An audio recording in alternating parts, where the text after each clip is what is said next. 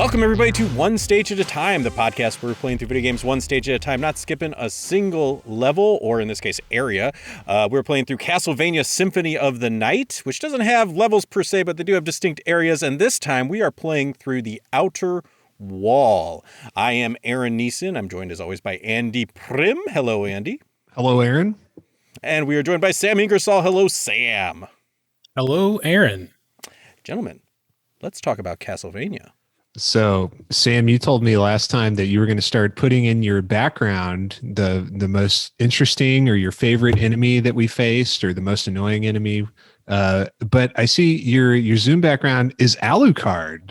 It is Alucard. I'm so confused. Why would you put the main character of this game as the most interesting enemy from this area? But is it Alucard? Bum, bum, bum. So, spoilers, it's not Alucard, but it is Alucard. It's not Alucard. It's not Alucard. Yes, it isn't. What is it, guys? What is it? Well, let's talk about the outer wall. Let's hit the outer wall. This is here. I'm gonna pull up the long play for us to watch here, courtesy of the YouTube channel World of Long Plays. Which, like, I kind of feel bad about using their footage, but also they're committing just like insane amounts of copyright infringement because like the whole purpose of their channel is just to host long plays. So whatever, it all works out in the end, right? You get way too hung up on copyright infringements, man. That's like all we do here. So I can't help it. Once you read about it, it's just all you see everywhere. Just hey, the whole world is copyright infringement. We can, there's different ways they can claim things, and one of them is taking the money the revenue that this would generate on YouTube. Yeah. That's a fair option. Sure, yeah. If you want our revenue, which doesn't exist, we're not going to make a dime off of YouTube. You gotta get like 10 million views on one video before you make $1 from YouTube. Yeah, we're not hitting those numbers, believe it or not. Whoa, what is happening here? Oh, man, shit. Fuck this part. I tried so hard and it never worked. I couldn't get it to work. I was waiting for you guys to see that, to see your reaction. I tried it because I'd never heard of it before. Because this is an audio podcast, please describe what we just watched. Okay, so first off, I played through this and I got to that guy, that enemy that he just beat. They just whooped his ass, and I had a lot of trouble with him. I opted, so you come down in this wall area, but you come down a little bit and you run into this guy with a big old sword who does some magic sort of attacks a little bit and some regular sword attacks. Armor Lord. Andy's got him up on screen. Armor Lord. He's got about 5 bajillion HP, apparently. They should have called him Shit Lord, because that's what it is. I never killed him. I just got hurt through him, and that going past him and on the way back. I never killed him. I kept on fighting him, and he kept on, every time he hit me, he did like 18 or something damage, something ridiculous. And I was just like, okay, there's got to be an item that is just really fucking good against this guy. But I'm not going to take the time to figure out what it is or go find it. So I just left him alone. I just went about my business.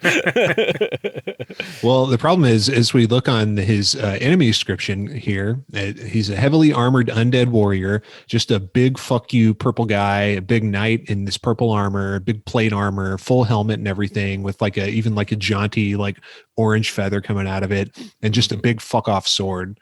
84 HP, which is a lot for right now, and he's strong versus cut, and wouldn't you know it, most of our weapons are swords, so we have a lot of the cut element going on in this game. Mm-hmm. So he's just a tough bastard, much stronger than most of the enemies we've faced so far. Immune to the stopwatch. Oh, that's which interesting. I thought was really interesting. Yeah, I tried jumping over him or something, but maybe I was just doing something wrong. Like maybe he wasn't quite on screen when I was doing it. I wasn't quite paying attention, but he was not stopping to the stopwatch. So you ended up damage boosting through him, Sam. Aaron, did you ever kill him? No. I just was like, I'll wait till I get some better items or level up some more, and I will come back and deal with this fucker later. Yeah. Well, he's actually pretty beatable. I mean, he moves pretty slow, but his attacks have a wide area of effect. So you just have to respect him and like dart in and dart out. Mhm. Or you can use magic like the person who created this long play does and just completely fuck him over. So that was a spell that they used. That's right. Yeah. Which so I don't have any yet, and I decided not to look any up. I was just going to get them in the game organically. So right. It wasn't an option. Because they're secret moves. You do have them. You wouldn't know how to use them naturally. In the instruction manual that came with the game, it does tell you how to perform a few of the spells, but not all of them. So if you read the instruction manual, you might have some knowledge of it. But he's using a spell, I believe, called Summon Spirit. And I think he's cheating somehow, because usually when you summon spirit at this level, it just summons one little spirit guy that homes in on the nearest enemy and hits them a couple times, which is very useful. And it doesn't cost that much MP. But when he did it, it summoned like 10 spirits. So either he's using a more advanced spell, or he got his intelligence up to a much higher value than it should be right now to make it summon more little spirit guys there. But whatever the case may be, he totally nukes him with that spell. And if you've got spells at the ready, it's a very useful way to deal with that guy, because you can be whatever range, you can be below him, and the spell just homes in on him. So it's very, very useful. Yeah. Later, I'll get my revenge. Yeah. I will have my revenge upon it. Oh yeah, don't worry. Yeah, don't even worry about it. You should be worried. So I like the Outer Walls. I've always liked this area ever since I first played it, because it's kind of like, I don't know, it's the Outer Walls, of course, but it's kind of just, it doesn't really make any sense, because it's kind of like if you look at the Castlevania silhouette, like there's this, like where Dracula's chamber is, where it's kind of like this offshoot, and it's like a cylindrical, soda can sticking off the side. It's kind of like little that annex kind of thing. Yeah. Mm-hmm. It's because you would think that the outer wall would be like a flat surface, but it's like the whole thing is cylindrical, because the back half of the background kind of curves in a little bit, and there's also this weird dangly bit at the bottom that's chained on. Yeah, that's also an odd little thing. It's how much you love dangly bits.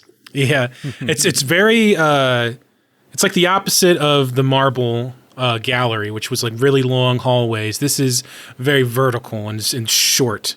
Lots of jumping straight up and down. And it's really cool. Like you were saying, like you can picture this on Dracula's castle very easily, which gives you a sense of like where you are. And like, the alchemy lab, it could be anywhere, just stuck in the guts of Dracula's castle somewhere. But this one, you're like, oh, okay, here I am. Like the outside's right there. I can tell I'm way up high in the air, somehow climbed way up here, this high up in the air. And so it's pretty cool. Weather effects too, and apparently they can be random. It could be clear, rain, or foggy. So it's a nice little. I had rain on mine. I don't know about you guys, but yeah, it was clear when I first came in, but then when I came in and out from different areas, I got rain, I got fog. At first, I thought maybe it was like dependent on where you were in the story of the game, but I guess, like you said, Sam, it's random, which is kind of cool. Yeah, I noticed it. I noticed it like not right away. So I noticed it like after playing for a while, which makes me think that I almost certainly left and then came back and it was different. And I just didn't clock that it was actually different. I just thought I didn't notice it at first. Yeah. It's a very vertical area. I mean, obviously, right. But kind of unique in most of the areas we've experienced so far, and the rest of them in this game. They're either primarily horizontal or a mix of vertical and horizontal, where, okay, so let me pause what I was saying. The guy that we're watching, for some reason, he goes into the long library instead of finishing Outer Wall, which is kind of annoying. So let me skip forward like 5 minutes so we can watch the rest of the Outer Wall. If you're listening at home, this isn't going to make any sense, but we're watching this video to guide our commentary here. A lot happens in this area in a relatively small area, so it's good to have little reminders like this. It's not, Yeah, it's another kind of hub area because it leads to a couple different exits. There's a few different ways you can go there to progress. There's only one that is like the correct way to go, but like basically you can either go to the long library from here or the clock tower, and you should not go to the clock tower. I repeat, you should not go to the clock tower. Well, is the clock tower trouble, Andy? Why shouldn't they go to the clock tower? Just wait. We'll get to that episode. Yeah. For one thing, it's pointless. I mean, you can go there right now and you can even finish the clock tower, but it's pointless because you can't go like the area that it leads into. You can't finish with the tools that we have right now. So it would be pointless to go that way. Gotcha. But the real reason is that it's fucking hard. It just is so annoying and hard. Can we talk about the undead guys with guns real quick? Please. that gave me a good chuckle. It's funny because like they seem out of place, but then you remember that these games take place in like the 1700s. I'm not sure exactly what time. When does this game take place? 1700s. Yeah, like the Revolutionary War is going on right now. So there's dudes with undead guys with muskets in here. Like it gave me a chuckle. Yeah, those guys are called Bone Musket. Yep. Skeletons equipped with rifles. I love that they're called musket, but then it says they have rifles. Yeah, is a musket a type of rifle? Dude, no. Come on. A rifle, like you a musket. Foolish right now. Rifling refers to the spiral inside, cut into the spiral groove, like cut into the inside of a barrel, and that gives the ball a spin, which makes it more accurate. And they did add rifling to muskets in the Civil War, but no, usually they're not. They're not. Ball muskets weren't. They added a special bullet that had like the little grooves in the back of it. My sixth grade teacher was way too into the Civil War, so I like learned all this shit in sixth grade. And I was lied to, so I'm going to go throw out all my muskets because they're no longer welcome in my rifle collection. I'm grateful to your teacher, Sam, for teaching you the truth about guns. Dude, it was a different time because he brought the musket to school, and we got to shoot it in the playground. What? Yeah, this was back, but in the 90s,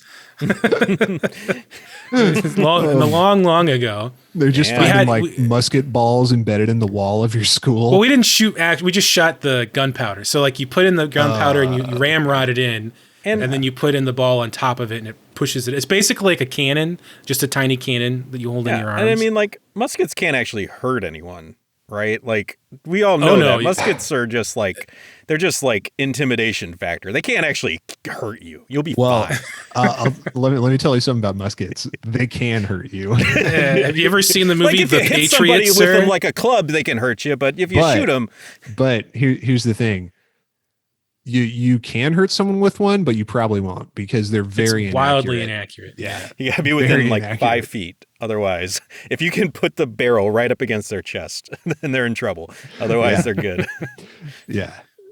Speaking of the Patriot, that part where like he's like sniping off all the British soldiers with the musket. Absolute bullshit. There's no way. You could not snipe with a musket. No, he had a method. Aim small, miss small, Andy. That's how you do it. That's how you shoot what he well told with a musket. his 9-year-old son before he made him commit murder. Yeah, exactly. That's all he needed. That's all the training he needed, and he was a crack shot with that musket. It's like, here you go, son. You're gonna shoot him, and I'm gonna run in with a hatchet and cut all their heads off. Yeah, it's like don't shoot me. Dad.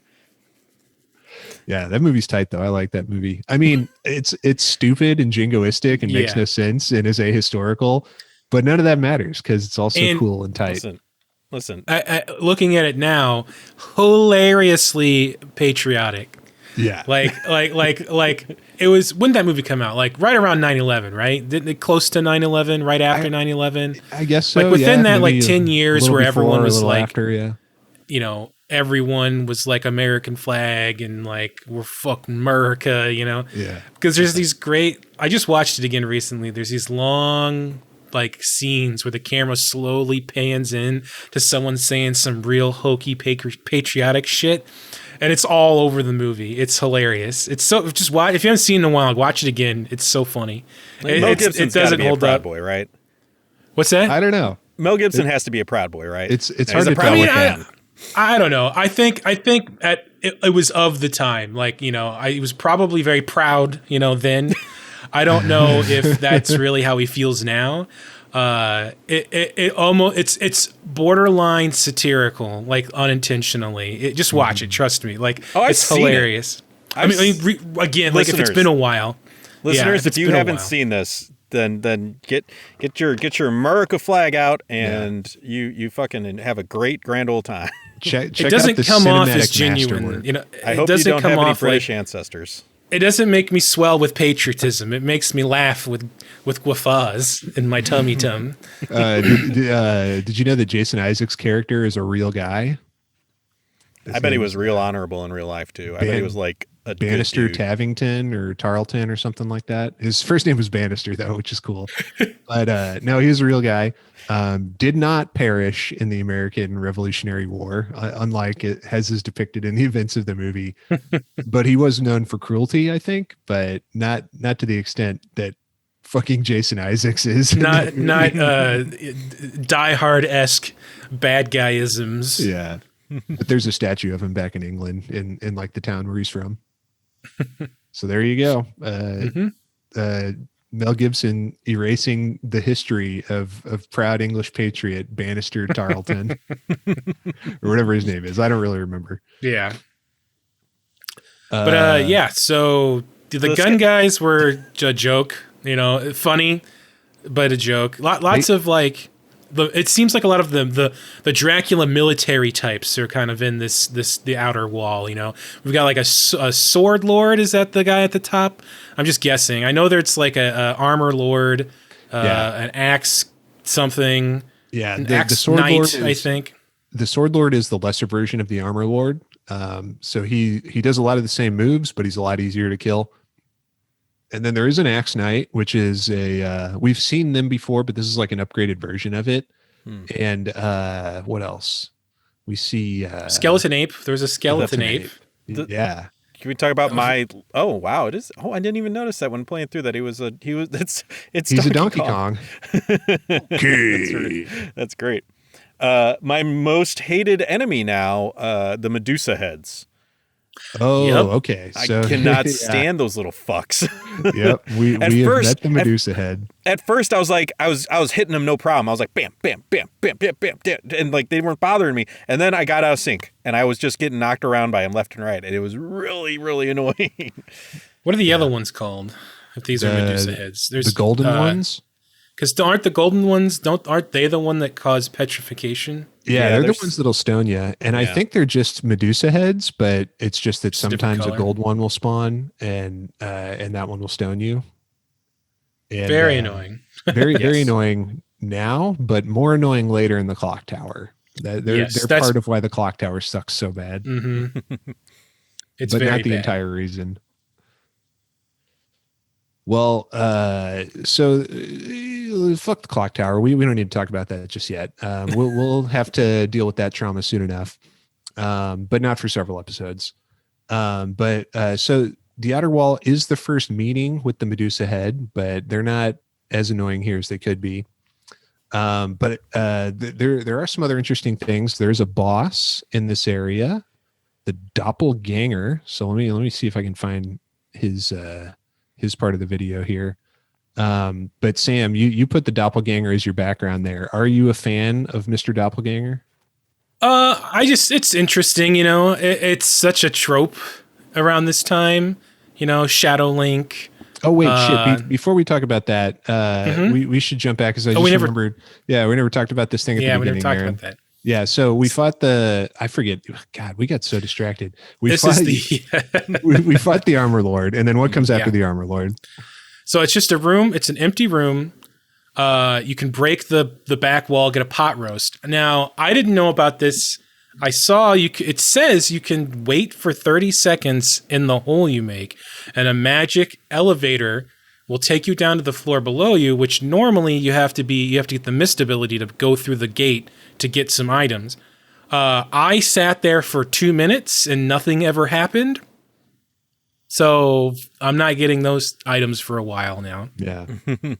Well, it's not necessary, and it is a very odd and extremely well hidden secret. But if you, I guess, read a guide and manage to stand in the correct position to make it happen, you can get a weapon, the jewel knuckle, and a piece of armor, the mirror some kind of cuirass. But it's a lot stronger than the one that you have at this point. if anything. And the Jewel Knuckle is really strong. It's kind of like the Basilard in that it's like really short range, but it can attack really fast, except it's just your fist. So it's even shorter range than the Basilard knife. But it's objectively more badass. Yeah. Punching I monsters mean, to it's a death brass is way knuckle with cooler. gems in it. So that's how I picture it, you know. So yeah, very stylish and badass. The And Infinity if you Gauntlet get it is what I'm here, hearing. it stays pretty No. good for a while. More like if you tried to make your own, you know, like just a literal brass knuckle with like just some like rough gems put in it. John Walker style. Yeah. Yeah. Oh shit! Spoilers for What? the Falcon No. and the Winter Soldier. Yeah, he makes his own homemade Infinity Gauntlet. That's right. Yeah, he makes an infinity. That'd be so funny if he's just like hammering in his little garage or wherever he is, melting down all his metals so that he can make like a little infinity gauntlet. That would be amazing. He's just cosplaying Thanos. Oh, okay. Can I ask real quick? We have no indication yet that I can tell of what Alucard spies or who he spies when he goes down underneath the outer wall and looks through the telescope. Let's talk No, that about was something else that I couldn't get to trigger. I knew you can look through it, but do you have to hit a button or you just walk up to it? I think I pressed up. I believe you press up. It's either up or down. But this is the dangly area that Sam mentioned earlier, the dangly bits. It's like a little observatory that's hanging from a big chain below the outer wall, which is kind of cool. Like, why would this exist? What would be the point of a room like this? But it's pretty cool.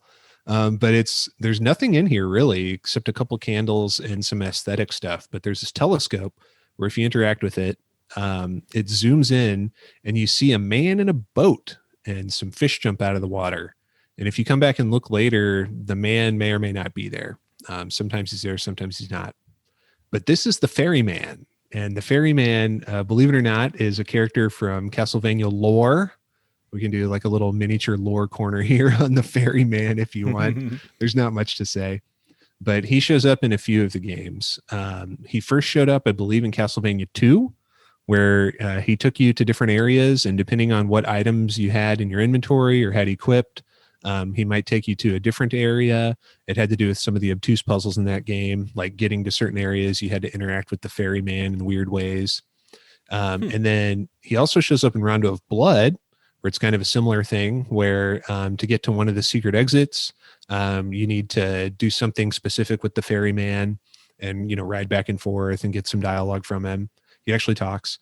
And then he's in this game also. So when we look through the telescope, we can see the Ferryman out on like a lake or something, just like some lake in Wallachia, just, you know, sailing around in the middle of the night. But we'll see him again later. It's the Dracula Lake. Oh, Get it? It's the Lacula? Dracula Lake. It's the Dracula. Oh. The Locula. All right. Well, anyway, we'll see him again later. This is just sort of like a tantalizing hint, but and I promise we're going to talk about the boss eventually. But I wanted to say one more thing about that dangly room. Actually, I got another video queued up for this, fellas. Did you notice the bird's nest underneath? I did. The dangly room. Did see the bird kind of fly up into the bottom a little bit. Okay. Yeah, I saw a bird come flapping in and land in its nest, and I was like, Yeah. "Hey, is that significant?" I couldn't get anywhere near it, so I was like, "I guess not right now." You can't interact with the bird, but you can observe it. And if you continuously enter and exit the room, you'll see the bird lay some eggs and then return to check on its eggs. And then eventually the eggs will hatch and turn into little baby birds. Aw, And eventually those birds will grow up and fly away. aw, I love that. Yeah. And there's even an achievement for it on the PlayStation version that I'm playing. Nice. Yeah, see, just such a interesting little detail that not even necessary, but they put it in there, you know? Just kind of like nice. What a nice little detail. Yeah, it makes the world feel alive. This undead world feel alive. Mm-hmm. Oh, look at it! There they are. They're little pixels moving around. This reminds me of like the kind of thing you might see in a Zelda game that's like totally pointless and doesn't impact like the game or anything, but it's just there for flavor. They just spent probably a significant amount of time and resources programming this room, which has no functional purpose in the game other than just these interesting little aesthetic things. Yeah. And that counts for something. That makes your game fleshed out, feel alive. And, like back in Legend of Zelda 1, you weren't expecting that. Castlevania 1, you weren't expecting that sort of. It wasn't something that was really, I mean, it was surely capable, but like not something that was appreciated maybe or expected in any way whatsoever. But, like here, they're able to play around a little bit and have more fun, which is very cool. So the doppelganger, cool. I mean, the fight itself is annoying. He's a little shit. He hops around a lot and throws his stupid daggers in your face. Mm-hmm. But I like the setup. Is the setup when you come into the room is epic as fuck. Yeah, it is. You come in, there's this big circle thing, this big circle stone thing that like has like a million doors. It like spins and like, and then this cool shimmery light is in the background, and your doppelganger comes out. And he kung fu's all over the place, chucking daggers at you. You forgot to mention a detail, which is that there's no boss door, like opening the door, but you see like a cage that's all like blown out and mangled. That's true. Who knows what that means? But it's a cool little detail. It's like, what the fuck? There's lots of little things like that in this game. There's little details. Like a bell in the background outside too. Like I did try and hit it. Yeah, looks like maybe you would like ring it if there was a problem. Possibly having something to do with this like metal grate that's been completely fucked up. It's blown out, but from the other side. So you're walking into it like something escaped. Is kind of the idea I got. So assuming this is Dracula's castle, and do you think at some point Alucard himself was captured and held here instead of this doppelganger maybe? And like, why else, like if this is one of Dracula's minions, why would there be a guard? Why would there be some way to warn people that something's breaking out? So like Alucard was originally here and he bust out and like escaped and slaughtered a bunch. And I mean, I always felt like, like this explanation of that, this was a cage to hold in the doppelganger, which would just look like whoever's in there and take on their attributes. And his in-game description is shape-shifting demon. So this is a demon of some kind that's taking on Alucard's form. He's also, it doesn't say here, but super fucking weak to the stopwatch. All the whip-whapping around, and then I did the stopwatch, and I'm just like, okay, yeah, just stab. Like, just imagine making someone not move, and then taking the bat sledge going, and taking a few steps back, no, and then walking up and like, oh. It is interesting that he's weak to the stopwatch because he is a quick little bastard. He hops around a lot. He can do spells. He can turn into the bat, charge at you. So he's got like a pretty wide arsenal, but he's not particularly hard. But if you're not prepared, he could maybe surprise you. But I like this boss. I think it's an interesting one. He got a fair amount of hits on me, just because he was so jumpy and hard to get a beat on at some points. But he didn't do a lot of damage. So like that, it wasn't really an issue. Like I didn't die. I didn't even come close to dying. And I felt like he got me a fair amount. But yeah, so this is a shape-shifting demon. He doesn't have any significance beyond he can just look like you. Like he's not the nega. Watch how you pronounce that word. I was being very deliberate. No, traditionally the doppelganger Alucard. No, traditionally a doppelganger is just an evil creature that takes the visage of those it hunts. That kind of thing. Many classic short stories and novels and movies about doppelgangers.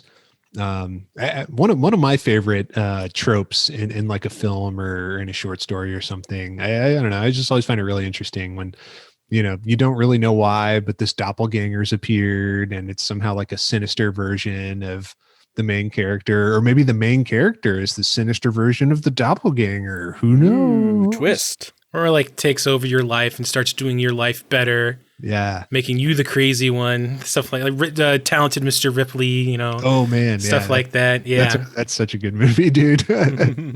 Not necessarily a doppelganger. Well, it's not. Never mind. It's nothing like a doppelganger. He's not a doppelganger. He's just a really cool guy. A really cool guy who wants to murder you and take over your. Just wants to kill Jude Law on a boat and steal his life. Do you know they made a second movie starring John Malkovich? What? Played an older Ripley. They're a series of books. Yeah, I knew there was a series. There's like 5 or 6 books. They made. Andy, scroll the video. I think it came out before. Mm-hmm. I think it came out before the. We're in the long library. I got distracted talking about talented Mr. Ripley. I just know there's the one where it's an older Ripley played by Malkovich, another story like Ripley story that came out. I think probably came out before the one with Jude Law and Matt Damon. I knew there were like 5 or 6 books, and I read like a synopsis one time. And most of the books follow a similar plot, which is like Tom Ripley gets into like a crazy amount of trouble with like gangsters and, you know, other associates, and is like really, really, really, really, really close to getting caught and murdered. But then he gets away with it at the last minute. So here's a real important thing. We like the in night school Mr. Ripley, the still learning Mr. Ripley. Yeah. The Matt Damon one's a fucked up movie, but it's really good. It doesn't fit what I've heard about, like, cause like the other ones almost seem like murder mysteries, you know, like that kind of format. But like the first movie with him is like, it's like, yeah, like you said, it's kind of more like Silence of the Lambs-y feeling, you know, like he's not eating anybody's liver or anything, but like he's a psychopath. It comes off like he's a crazy ass psychopath. He and Hannibal Lecter are both very cool guys. They're on the same forum together. Dude, I could see them hanging out and like getting along really well. Until they try to kill each other. Yeah, of course. No, I think like the first book, like the movie, is like darker, but then after that, he becomes more of a sympathetic character and does less murders, and you know, it's just more of like just he does like the good murders. Yeah. He only kills people that deserve it. He was Dexter before Dexter, though. Oh, here, pause on this screen. Yeah, okay. Let's talk about the game for a little bit. So before we talk about this, can we talk about the wolf? Oh, sure. Okay. Yeah, I tried to bring that up. Yeah, that's super important because we finally get access to our first familiar. What do they call it? Like transformation? It's a transformation. So there's a big ass elevator in the outer wall, and you have to climb to the top first. You can see the elevator shaft, but you can't do anything with it. You have to climb all the way to the top, and then there's a device that you punch a few times, and then you flip this lever in it. And I love that the text actually comes up on screen. It's like elevator activated. And it goes really fast too, like so fast it like bounces off the ceiling when you call it. So fast that Alucard yells when he goes down. He goes when it drops. It's going so fast. I love that. But there's gates that won't open that keep you from getting into the cabin of the cage of the elevator. But there's our first transformation, the wolf form. Which is so cool looking. I love that it puts your sword, like a little saber, on its shoulder when you turn into the dog. Super not useful in this area because what makes the dog great is that the longer you run in one direction, the faster you go. Which you can't do that at all in the outer walls. If anything, the bat. You actually need the bat for some of the stuff up here later, but the bat's way more useful in this area because it takes less time to get up these jumps. But yeah, we have the dog, and I did not use it yet because I knew it was a waste of time in this area. So it's a relic that we get. It's like a floating sphere with a wolf's head on it, and it's called Power of Wolf or Form of Wolf. But there's other upgrades. We'll get to it later. So like Sam said, kind of shitty in this area, but maybe later on we'll see why it's useful.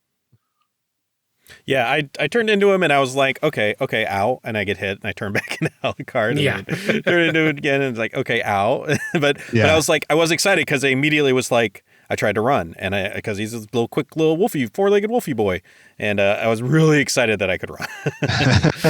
Alucard has his very purposeful, power walk, but I wanted a little bit more speed this entire time. I love the Alucard strut where he's just like gliding across the ground. I do the Alucard shuffle, moonwalk. There you go. In speed runs, they equip a shield, and you can use the shield button to cancel your backdash.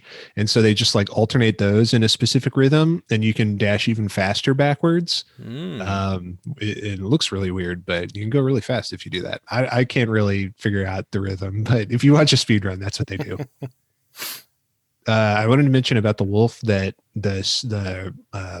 the long play that we're watching, he uses it to cheese a little gap that you wouldn't normally be able to make with Alucard, because it's a really weird gap. It's just wide enough, and there's a ceiling that it would be really hard to make that jump, maybe impossible with the verticality that we have right now.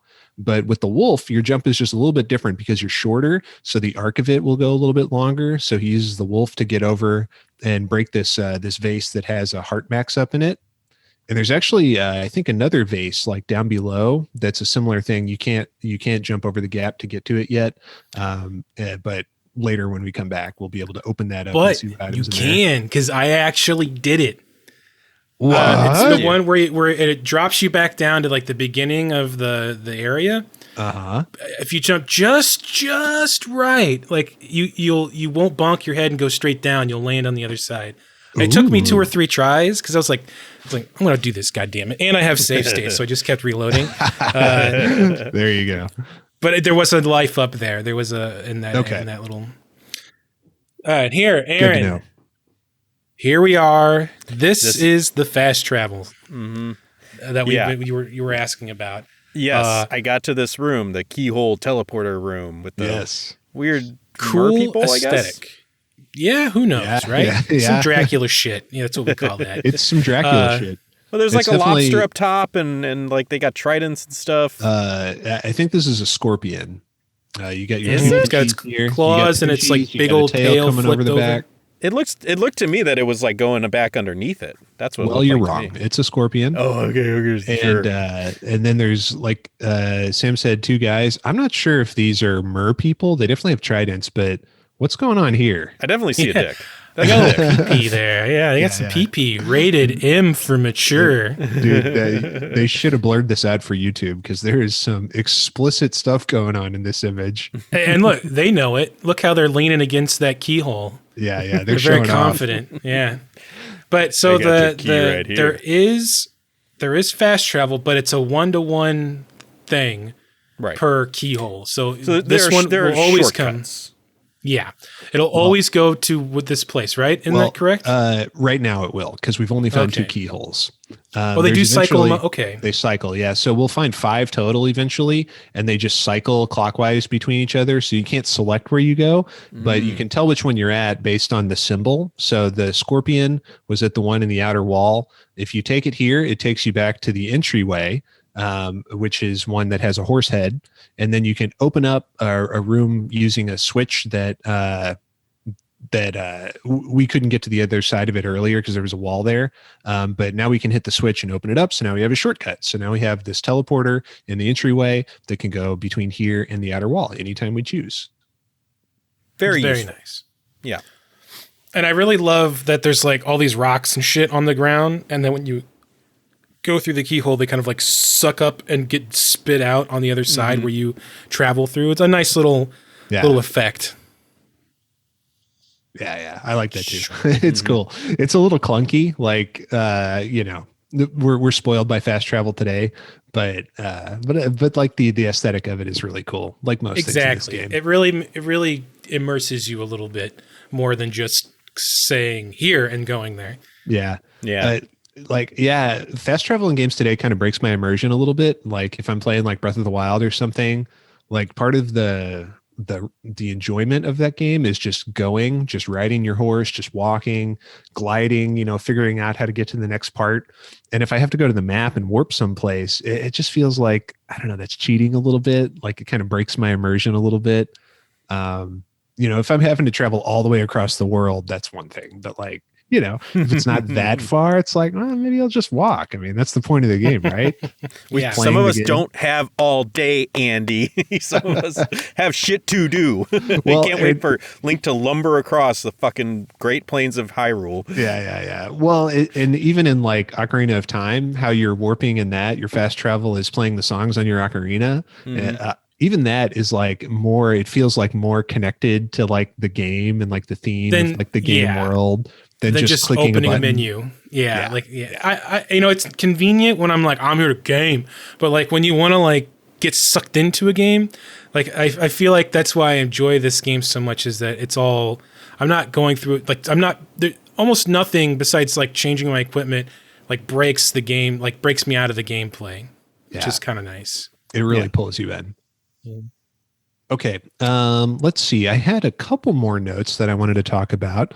Let me jump back real quick to the boss fight room. I wanted to say something about a particular detail here, which is the warp gate that the doppelganger, that Queen Doppelpopulus comes out of here and gets sucked into after we defeat it. So this warp gate, the circular gate here with the line down the middle and these two halves that open up, when it first opens up, like Sam said, there's like a million of them that cycle by real quick. This shows up again in a later game. So have you guys ever played Castlevania Harmony of Dissonance on the Game Boy Advance? Is that the one with the guy that's got white hair, like in like a trench coat? Is the main character? I think so. His name I is might have played a little. Justy, Juste. It's either Just or Justy. I don't know, but yes, I believe that's right. Barely. Okay. I barely played it. Well, it's just as well because it's not very good. I mean, it's notoriously probably the worst one of all those handheld ones. Although I think Portrait of Ruin is worse, but a lot of people like Portrait of Ruin.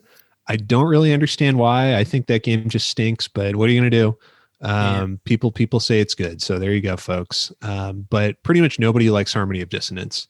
It's not a terrible game. Like there's definitely enjoyable aspects to it, but it has one big problem, which is that they decided it would be cool if it was like Link to the Past and there were like two versions of the same castle.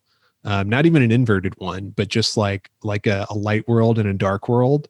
So you're just like warping between like identical areas, and it's really easy to get confused about whether you're in Castle A or Castle B. And that's what they're called. They're just called Castle A and Castle B. And so it's very confusing. But the way you travel between them is there is a big portal like this, a circular portal exactly like this one. And it opens up in the same way. And then that's what warps you between the two castles. So a dumb concept, but kind of cool that they called back to this from Symphony of the Night. I always notice that it's the same stuff that's in the keyholes. It's like the same, so that whatever, portal technology, that's what looks like that in this game. Yeah. But it's all very confusing though, because if all it is a shape-shifting demon, like, what's the point of having all the pomp and circumstance and the callback and everything? Like if it's just a demon who's like, blah, I'm you, ha! Like, and it's not actually some sort of negative version or alternate version from another dimension, another castle that's identical to this one through that portal. Like, then what's the point of all the of all the effort, I suppose, even I think it's just supposed to be a red herring of some sort. I mean, I don't know what you mean by red herring, like, or callback or anything like that. I'm not sure what you mean by that. So that portal, that shape of the portal, is a callback to a portal that took you to another version like in a previous game. That portal that the demon comes out of in a previous game took you to in a future game in Harmony of Dissonance. Oh, okay, that's my mistake. Now that I think about it, I'm not sure when Harmony of Dissonance takes place. I want to say 1800s, so after this game, but I'm not certain about that. I would have to look it up. So it could be a prequel, it could be a sequel. Who knows? Doesn't matter. But they just kind of lifted the design of the portal from this and used it in that game also. Okay, gotcha. If you play any other games after this one, you're going to run into that a lot. This game was such a pivotal moment in Castlevania history that they just started like copying it relentlessly in all the rest of the games. Well, even until they went 3D. Even if that it came after, it still sort of stands. Like I kept on wondering, like what? Okay, that was cool. That was a cool fight, and he went back into the portal. Like, what's this? What's the significance of evil Alucard? When is he gonna keep pestering me this entire game? It's just, oh no, it's just a shape-shifting demon. I'm gonna postulate. It still feels like a bit of a red herring to me. Like it's like, oh, look at this. It's things to come. But now it's you have already put more effort into thinking about some of these bad guys than the game makers did. Oh, I have an entire backstory in my head for the musket demons, for the musket skeleton guys. They fought in the American Revolution. Those poor bastards. Oh man, you don't know. Cursed eternally to be bound to Alucard's castle. Exactly. Yeah, no, I mean, like I really was like super intrigued by evil Alucard, especially this early in the game. I'm like, oh man, that's going to be a thing for this entire game, but no. Apparently not. No, dude. He murdered the fuck out of that demon. Look at it. Yeah. It's just he did. Particles of blood. Yeah, that guy's paced. In my mind, it was just since it had like a room that was locked up with it seemed like a prison to me. Like maybe Dracula made this thing on accident and it was too dangerous because it could like turn into him and be not as strong but close enough, and that was a problem for him. So he's like, nah, this was a fuck up, so I'm just gonna lock it away forever. And then you'll find out a little bit about the story later on. Like shit got fucked up and it got let out basically, and Alucard's like, flip of the hair. There's other interesting details outside the room too. Like appears to be a door busted off its hinges. There's like a body hanging. There's a bunch of like clumps of something, could possibly be garlic hanging here. Maybe? Yeah. Not sure what the significance of that is, but then the bell, which I kind of interpret as like a ring in case of emergency kind of bell. And then the cage that's been busted open. So yeah, the aesthetics here are suggestive. It kind of reminds me of like a Dark Souls boss or like a Bloodborne boss where they don't tell you what's going on. They just give you a lot of interesting clues. What do they call it? Let you kind of fill it in. What's the literary term where they start in the middle of a story? In medias res. Yeah, it's a little bit of that, like something happened here and you were being thrown into the middle of it, it seems. We got to remember that Dracula was a scientist. So I think we got a Pavlov's dog situation thing going on here. They ring the little bell. He was doing some experiments. He was trying to figure out if the doppelganger drooled more. He rang the bell. He cut holes in the doppelganger's cheeks. Yeah, yeah, exactly. That is pretty gruesome, the Pavlov. It is, yeah. It's a pretty fucked up experiment. Science, though, man. Sometimes you got to break a few dogs to make an omelet. Yeah. I don't want any of your omelets. Am I making your dog drooly omelets? But overall, a good level. Yes, I would say. Yeah, it was a cool area. Short, but cool. Zone, I guess you could call it. Yeah, it's interesting because it's kind of like a liminal zone, like the Marble Gallery. And by the way, we should mention the music by Michiru Yamane. It's called Tower of Mist, but the music is basically a remix of the Marble Gallery theme, just slowed down. So it's kind of interesting. It's connected to the Marble Gallery in a way, and that it's kind of a gateway to other areas. It has a boss, though, unlike the Marble Gallery, so that makes it feel more of like a complete area. But coming like right at the end of the Marble Gallery, like it does, the boss is like pretty much immediately. You can go straight and fight it as soon as you get to the outer wall. It almost feels like the boss of the Marble Gallery more than it does of the outer wall. So they're kind of connected in my brain that way. Yeah, especially because it's like it's not at the end of outer wall. It's like mid outer wall. Yeah. And the way outer wall is set up, like with the rooms that are adjacent to it, it's more of a connecting area than an area of its own, if that makes sense. Because it's got a teleport room and it goes from, like the Marble Gallery into the Long Library, and which are two bigger zones. Long Library specifically really sticks in my mind for some obvious reasons we'll get into next time. Yeah. But I remember as a kid spending a lot of time going through the outer walls, like when I was trying to find out where to go next. So it's not that I was trying to get there, but like just to get to other places. So it's more of a thoroughway, some kind of, Yeah, like a thoroughfare or like a highway. Yeah, it connects to a lot of different places. Like we said, like you mentioned, Sam, you got the Marble Gallery, the Long Library, the Warp Room, and the Clock Tower.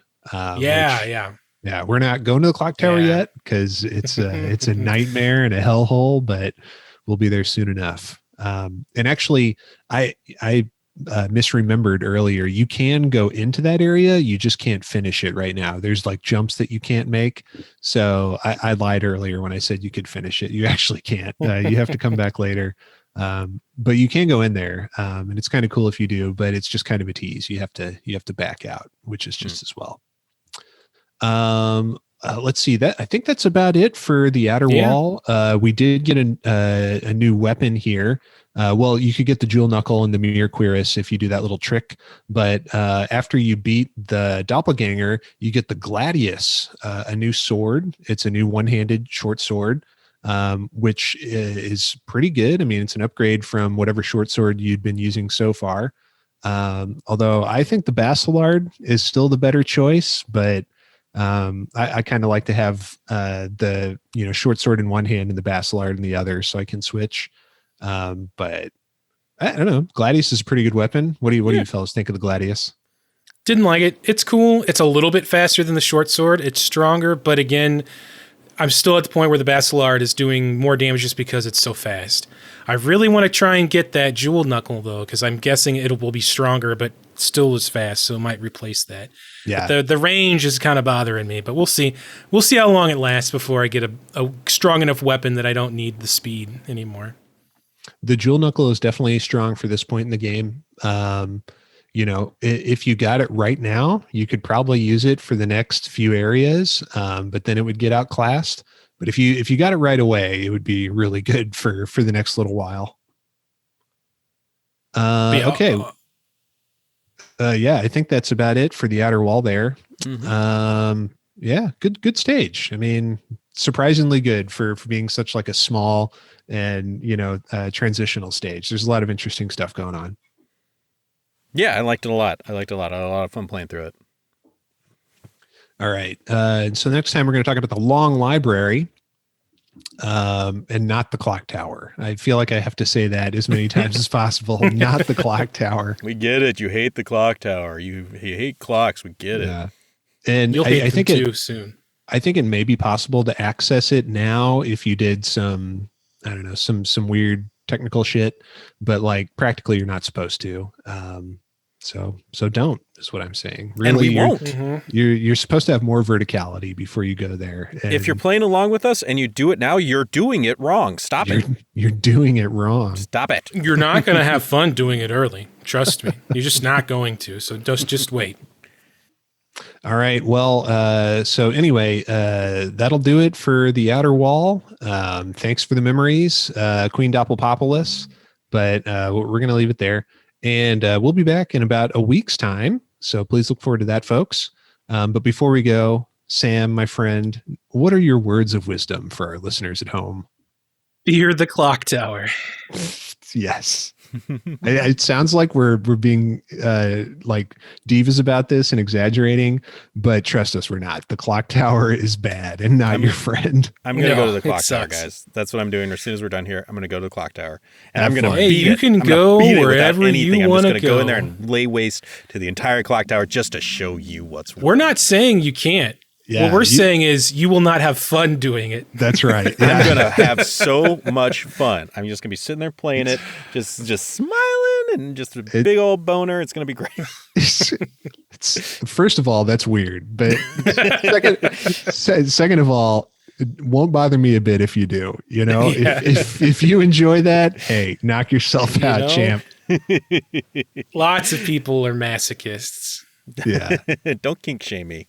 What if kink shaming people is one of my kinks? Oh, yeah. Man. Oh, man. That's right. Here's God the gun. lifting- Just kill yourself now. Got you. Can God make a kink so shameful that even he can't shame it? That even he is ashamed by it. Yeah. It's like the sex robot just like head explodes. All right. Thank you for that word of wisdom, Sam. And Aaron, what do you want to say to the folks at home? I want to say thank you, everybody, for listening. We love you all so much. Please like, share, and subscribe. It really helps us out. OneStageAtAtime.com for more of our stuff. And we'll be back next week with The Clock Tower. No. They did not find that amusing. We'll be back next week with the library. What is it? Long library. Long library. Long library. So please, everybody, save and continue.